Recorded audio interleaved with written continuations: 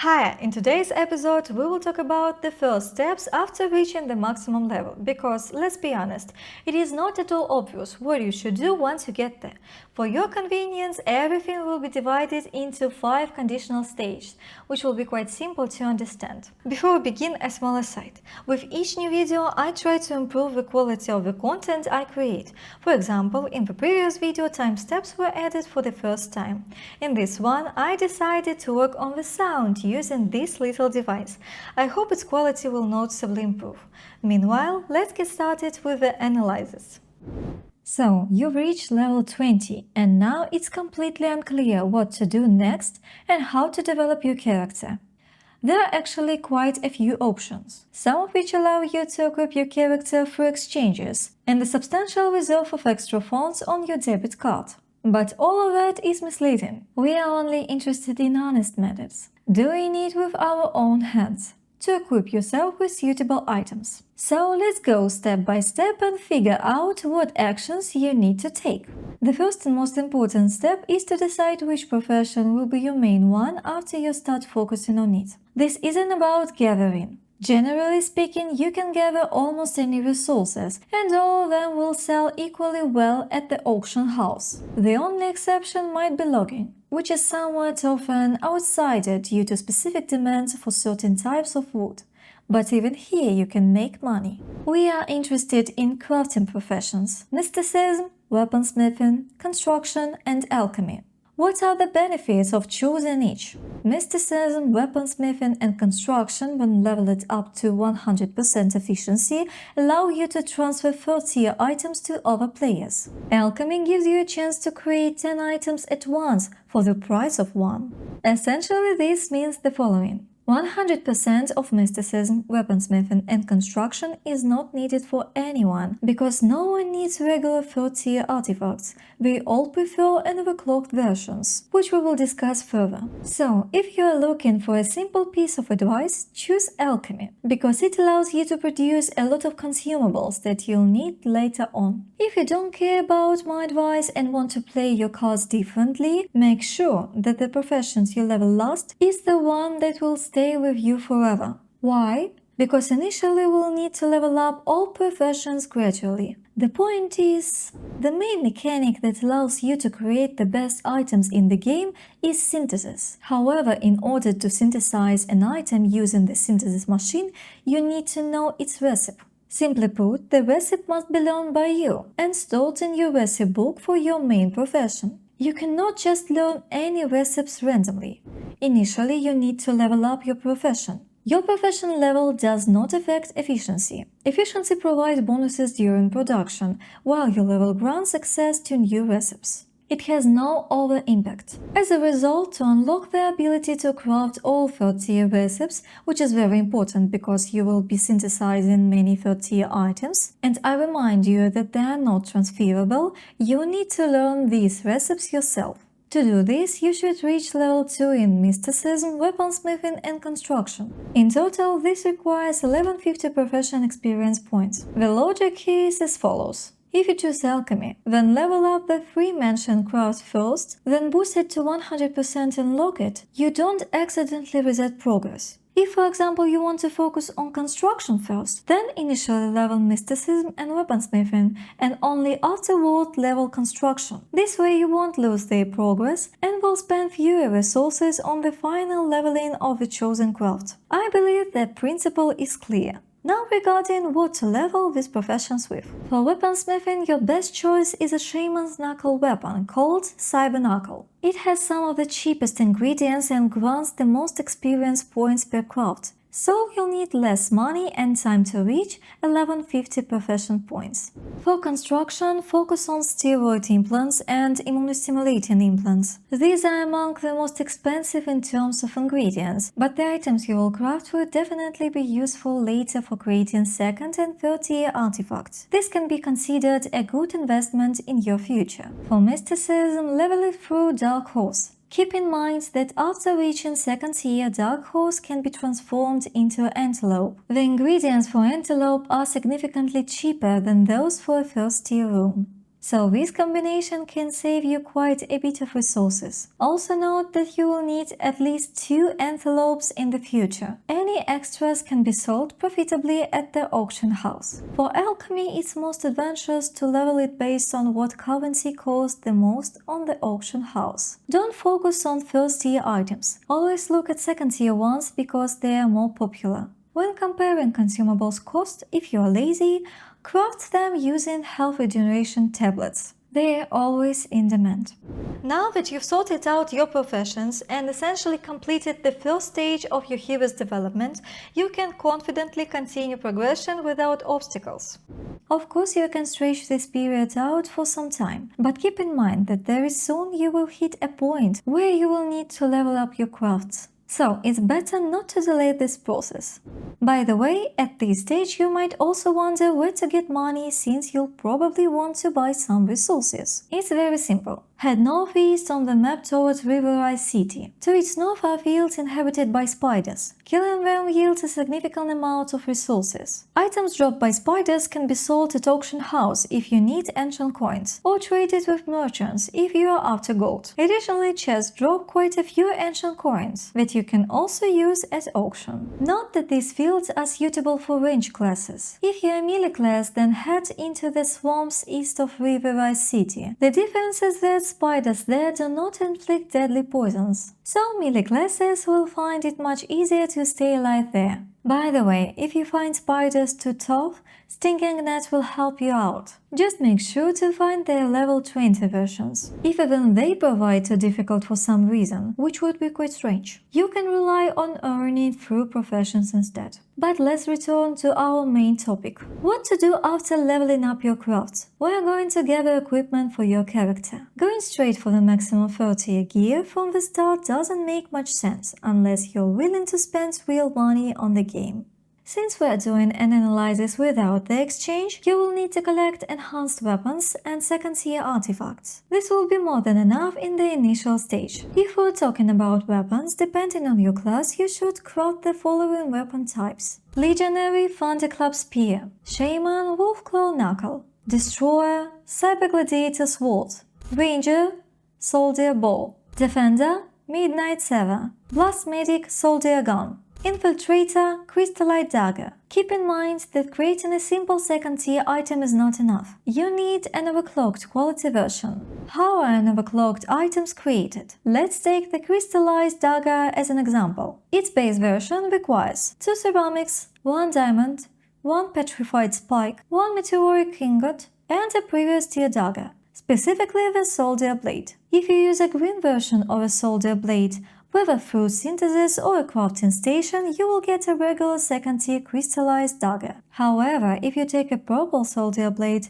and combine all necessary ingredients in synthesis, you will get an overclocked version. What's the difference? In terms of stats, there's no difference, but in an overclocked version, most slots are available for basic chips. A regular epic dagger has 3 slots, while an overclocked one has 5, that provides a greater damage boost. The same synthesis principle applies to all other types of weapons. By the way, ingredients and first-tier weapons needed for crafting are easier and cheaper to buy on the auction house. They cost almost nothing. First-tier weapons are almost always better bought as a grey quality, and then upgraded with special sharpening stones called Novice's Item Upgrade Kit. You will need 2 blue quality upgrade kits and 1 purple quality upgrade kit. You can also just use 3 purple upgrade kits if they are cheaper, just based on price. But our work with weapons doesn't end there. It's not enough to just craft great gear. You also need to upgrade it to purple quality. For this, you'll need the same sharpening stones, only called Adept's Item Upgrade Kit. You will need 1 green, 1 blue, and 1 epic Adept's Item Upgrade Kit. You can obtain these in 2 ways. The easiest way, buy them on the auction house using ancient coins currency, which you already know how to farm by greeting. The more difficult and time-consuming way, drop them from world bosses. Which method is better for you depends solely on your priorities. And that's still not all. Why do you need epic weapons with many chip slots, but without chips? Good question. There is a solid answer. Of course, they are not neat at all. However, we will need to acquire chips separately. Remember this simple rule: damage and overstats can be increased with artifacts, but attack speed only comes from weapon stats, expensive consumables, and very inefficient talents from a progression standpoint. Therefore, we are interested in chips called Grim Spectre. It's highly recommended to insert purple versions into your weapon because they provide the greater increase in attack speed. If you really want to go all out, it's possible to craft an overclocked version yourself. But in my opinion, normal purple chips are more than enough for passable gear. As active chips, use this: Legionary, Shaman, Destroyer, Defender, Infiltrator, Oxygenating, Ranger and Blast Medic, Glacial and Frawler. A large chip must be purple because it has charges. The more charges it has, the less often you will need to recharge it, which costs money.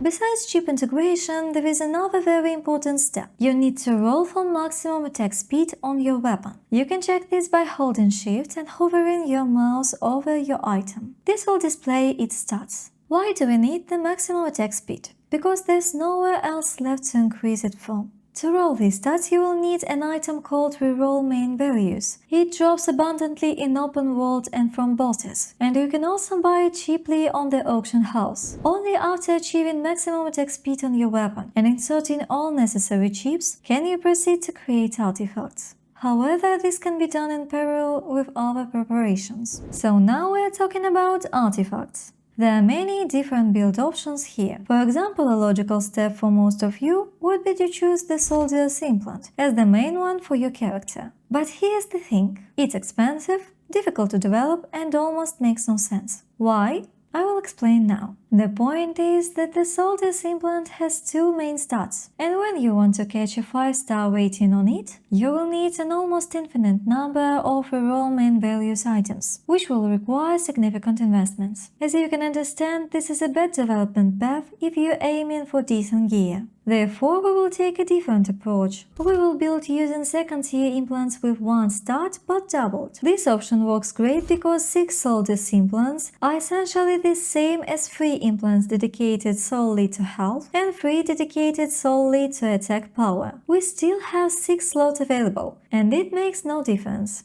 what specific artifacts we will craft. We will focus on optimized versions of the Battle Sleeve artifact and the Steam Cells implant artifact. How do we distribute them across different classes? Legionary, Shaman, Destroyer, Defender, and Infiltrator, 3 and 3.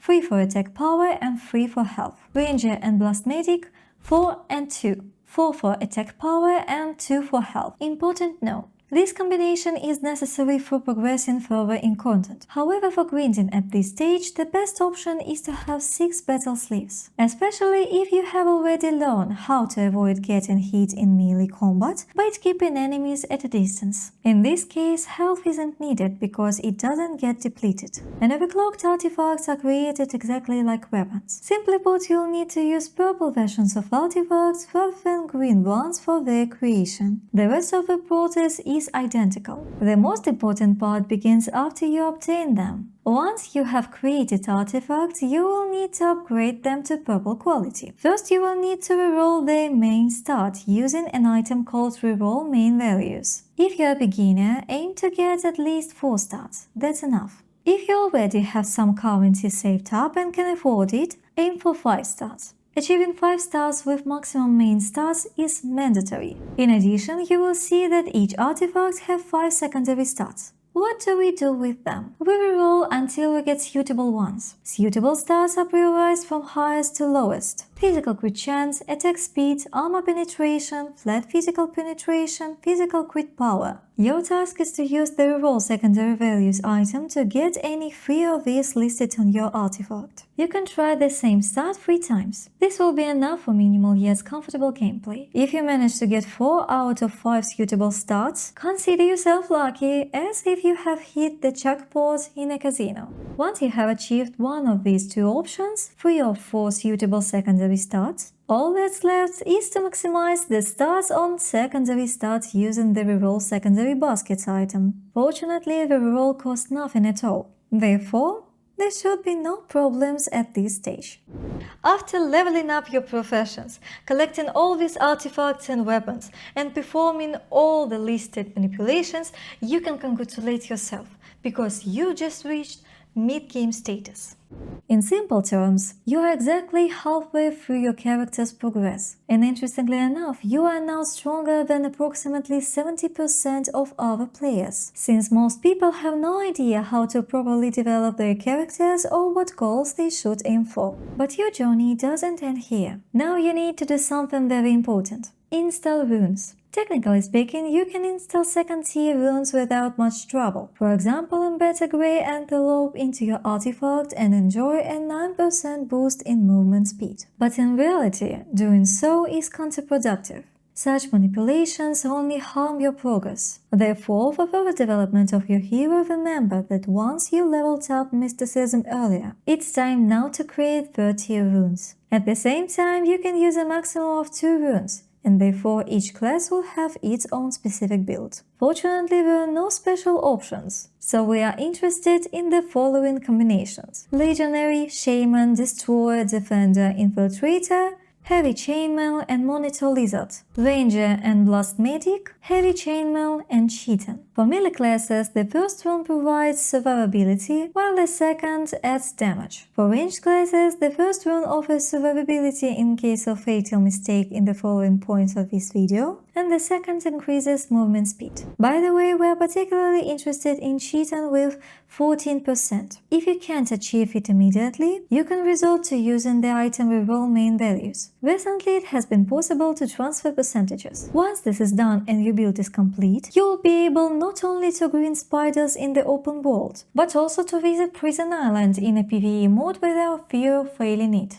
The Coven's gear is more than enough to comfortably clear from 1st to 8 difficulty levels of this activity. However, depending on your class, it may be easier or harder. As a result, visiting the island will allow you to earn the necessary items for further character development and even obtain items needed for your progression. Also, don't forget to use a PvE Prison Island Insured Access key before visiting the island. Otherwise, you will lose your gear if you die. Additionally, beginners are strongly advised to familiarize themselves with this activity in a group of 2. With runes sorted out, we now move on to the next endgame stage of character development.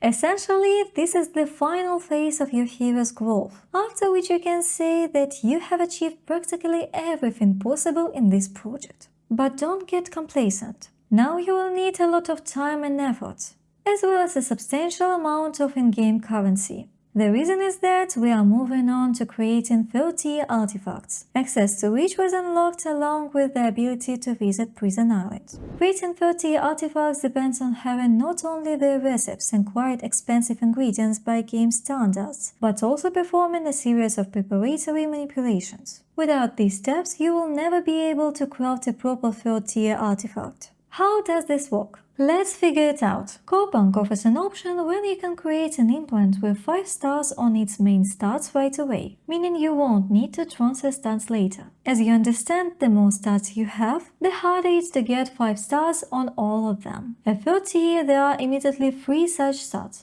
This significantly complicates things. Therefore, we need a guarantee. There is such an option in-game, but it's expensive. This mechanic works as follows. During artifact synthesis, you need to use not just purple implant, but also their 5 stars versions on main attributes as blanks. In simple terms, if you want to make a V6 heart in an overclocked state with 5 stars right away, then you will need to include 1 Thermalum Liquidum, 1 Beating Heart, 1 Blood Honey, 1 Purple Modular Glove, 1 Soldier's Implant, and 1 Paramedic Bracer, all with 5 stars on each of their 2 main stats. Additionally, you will need 3 recipes for V6 Heart. The combined total of 3 stars implant and 3 additional recipes will give you an overclocked V6 Heart with maximum stats at output. Yes, creating 2nd tier artifacts using crafting requires placing 1st tier implants with 5 stars plus 3 recipes on top as resources.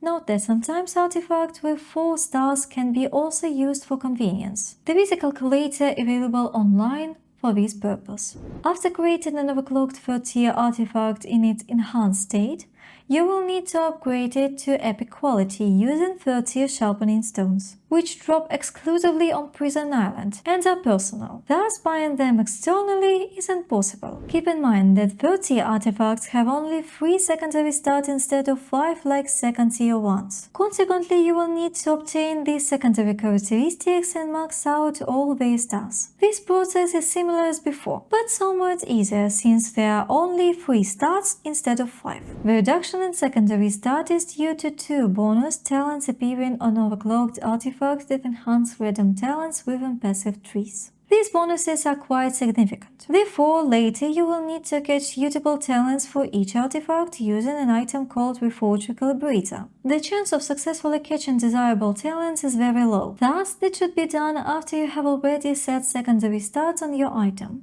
Initially, it's enough just to catch one suitable talent. Once you are more financially comfortable later on, try for a second. Technically speaking, there is a skip option allowing you to instantly create an overclocked version with talents suited for you. To do this, place all required components into synthesis, but add 2 additional talents that can be purchased at the auction house. These are obtained by breaking down unwanted overclocked artifact, in case you are interested. The result will be a forged overclocked implant. The problem is that forged means the item gradually loses durability over time. Restoring it requires quite expensive items crafted from epic resources, in early stage especially costly. As your character develops further, this becomes less noticeable but still present. So whether or not to create forged artifacts is ultimately your personal decision. A natural question arises. What exactly artifacts should each class craft? You might be surprised, but there will be no answer in this episode. This is because weapons, artifacts, runes and chips for 2nd-tier items are unified across classes.